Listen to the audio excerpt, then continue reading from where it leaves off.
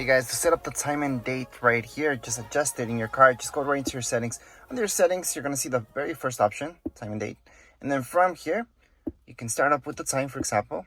You can set it up there, go back. It's going to be just set by just pressing that arrow. And then the date, same thing. We can go on and just press that. Once you're done, just go back. From here, you can also use 24-hour format if you like, or you can just leave it as so. And we are all done. You should see at this point the time just updated and everything else. And we're all done with this video. If you guys have any comments, questions, you guys can write down here in the comments area. Don't forget to subscribe and like. Thank you.